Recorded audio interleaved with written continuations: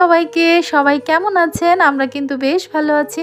আজকে দুপুরে কি রান্না করব সেটা ভাবতে, ভাবতেই অনেক সময় পার হয়ে গেছে। তাই হাতের কাছে যা ছিল তাই দিয়ে একটা ঝটপট রেসিপি তৈরি করে নিলাম। আর এই রেসিপিটা ছিল আমার সম্পূর্ণ নিজের। তো যাই হোক, তেল গরম করে তাতে এলাচ ফোড়ন দিয়ে, পেঁয়াজ রসুন দিয়ে হালকা করে ভেজে নিয়ে সেই সব সবজিগুলো দিয়ে দিলাম। সবজিগুলোর মধ্যে ছিল গাজর, বরবটি, মাশরুম, ক্যাপসিকাম সবজিগুলো সুন্দর করে ভেজে নিয়ে তার মধ্যে দিয়ে দিলাম একটু আদা রসুন পেস্ট আর ব্ল্যাক পেপার। সব কিছু দিয়ে আবার বেশ ভালো করে নেড়েচেড়ে নিয়ে চিকেন দিয়ে দিলাম। চিকেনগুলো দেওয়ার পরও আবার একটু ভেজে নিলাম।